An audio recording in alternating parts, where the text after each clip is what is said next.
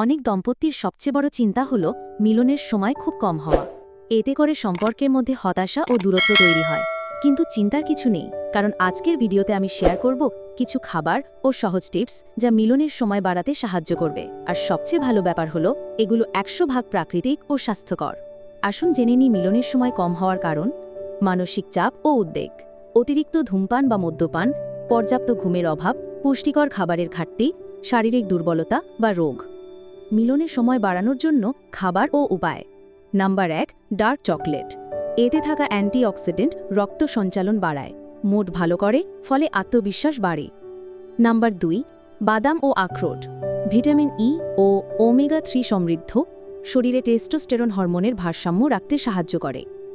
Number 3, ডিম। উচ্চ protein এবং ভিটামিন B6 আছে, স্ট্রেস কমায়, শক্তি বাড়ায়। নাম্বার 4, রসুন ও আদা। রক্ত সঞ্চালন উন্নত করে, শক্তি ও সহনশক্তি বাড়ায়। নাম্বার 5, ডালিমের রস। প্রাকৃতিক অ্যান্টিঅক্সিডেন্ট, সেক্সুয়াল পারফরমেন্স বাড়াতে গবেষণায় প্রমাণিত। নাম্বার 6, তরমুজ।